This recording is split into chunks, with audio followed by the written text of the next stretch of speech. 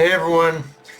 Okay, so right out of the gate, one thing I loved about this chapter is how, from the very jump of the fight, Taro refused to let Kanaguri get a word in edgewise.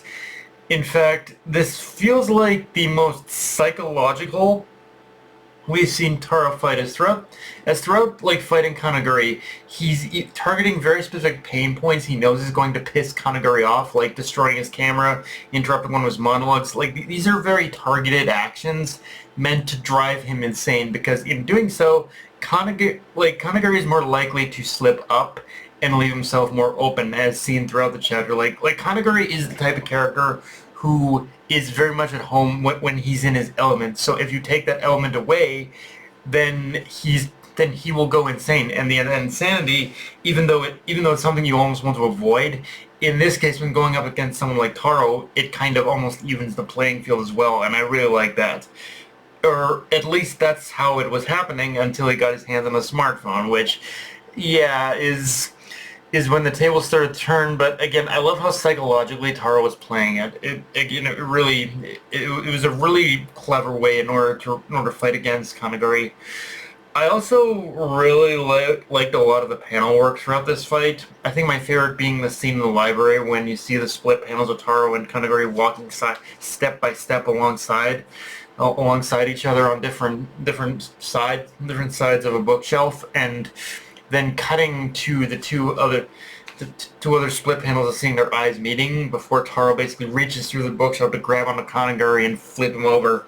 Like there's a very this is one of those chapters that if I had any kind of praise for it, it's that it's got a very nice flow to it. Like as admittedly there's been a lot of recent chapters where the chapters have been good, but it feels like there's been a weird lack of flow to everything. Like it always just kind of cuts back and forth, which I don't know you need to do for the sake of the story and whatnot. But there was a bit of a bit of like that thing of feeling of like you're kind of cutting up the flow of the flow of things a bit. Um, but here it's like everything flowed really nicely within this fight.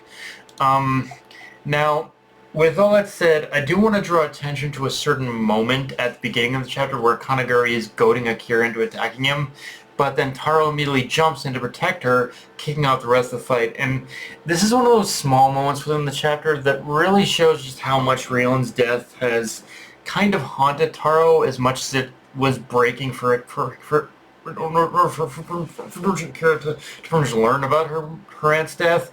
And more than anything, I want to know what the nature of this promise was. What did Taro promise Rion not to say? Because so far, it's looking like one of those worst case scenarios where Rion made Taro promise not to tell Akira what happened or how she died. But not only did that become nigh impossible the moment Taro and Akira met, but if but if it was for the purpose of keeping Akira away from pursuing revenge against Uzuki, then that's kind of even more impossible now. Like, regardless of how Akira's psychological state evens out after all this is said and done, she's going to pursue Izuki. And honestly, it feels like this is one of those times where the promise needed to be broken because while nothing is guaranteed. I feel like if Taro was more open and honest with her from the jump, then maybe we could have avoided a large chunk of this, even if it were to arrive at the exact same place. Although simultaneously, I do recognize the intent of a lot of this now, which is that ultimately I think this is going to be Akira's big turning point, where she completely grows, matures out of the scared and kind of out of the scared girl she was at the beginning of this whole whole two arc story. So it's like I think I think after this she's going to grow up out of that shy and nervous attitude and become a little more, for better or worse, become a little more hardened. I think become little more of a become a little more of a little more just mature and more sort of able to kind of and work past all of her faults in order to become like a more well-rounded person, or hopefully that's the case anyway. But when it's again the whole thing with revenge against Suzuki is kind of the big thing with this though, um, and whether or not and how that kind of plays into her character going forward. Um, And yeah, outside of that though, the chapter kind of ends with Taro having slimmed down and ready to get serious and fighting Kanaguri. Now, the thing is though, I am aware that Kanaguri is a recurring antagonist beyond this point, so the question I have now is how is he going to make it out of this?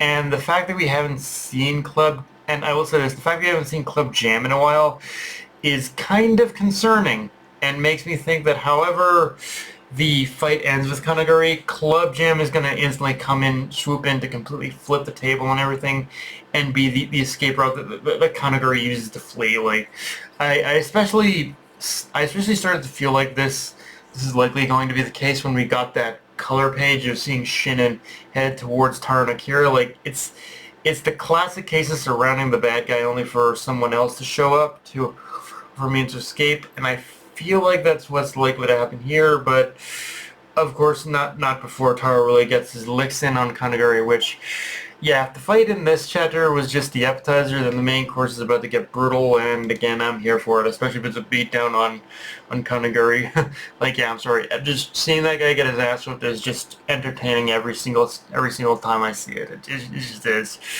But, yeah, guys, that's pretty much all I got for this review. If you enjoyed the video, like, comment, subscribe from Blue Sky, Analyst Crunchyroll, be sure notification bell, hit the subscribe button, and just share it around, guys.